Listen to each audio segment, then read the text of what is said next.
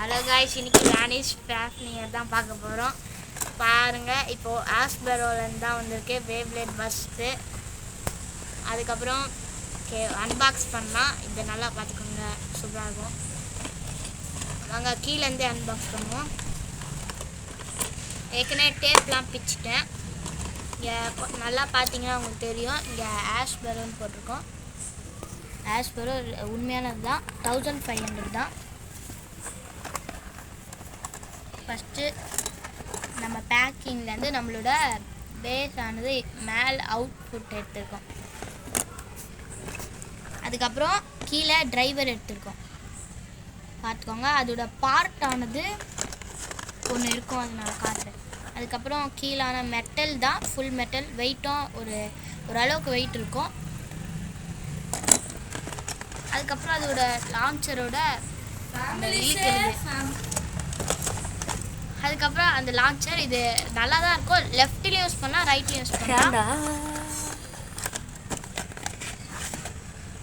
டிரைவரோட அடுத்த பகுதி இது இதான் சொன்னால் டிரைவரோட பார்ட். இப்படி ஃபிக்ஸ் பண்ணிக்கலாம். அதுக்கப்புறம் நான் ஃபுல்லாக இப்போ ஃபிக்ஸ் பண்ணிவிட்டு உங்களுக்கு காட்டுறேன்.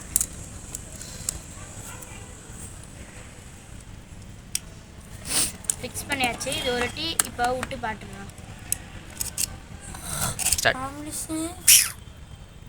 ஓகே, நம்ம இப்போ பிளேட் விட்டு பார்ப்போம். பார்த்தீங்கன்னா செம்மையாக சுற்றுது, வேகமாக பரவாயில்ல. ஸ்பின் ஸ்பீட்லாம் நல்லாவே பண்ணும். ஓரளவுக்கு சூப்பரான பிளேட் தான். ஓகே, இதை பேட்டிலில் பார்ப்போம். ஆனால் பாருங்கள், பிளேடில் நம்ம யார் ஜெயிப்பான்னு தெரியாது. ரெண்டுமே கரெக்டாக வேகமாக சூப்பராக சுற்றுது. நம்ம வேனிஷ் ஃபேஃப்னியர் ரொம்ப ப்ரோவானதுன்னு சொல்லலாம்.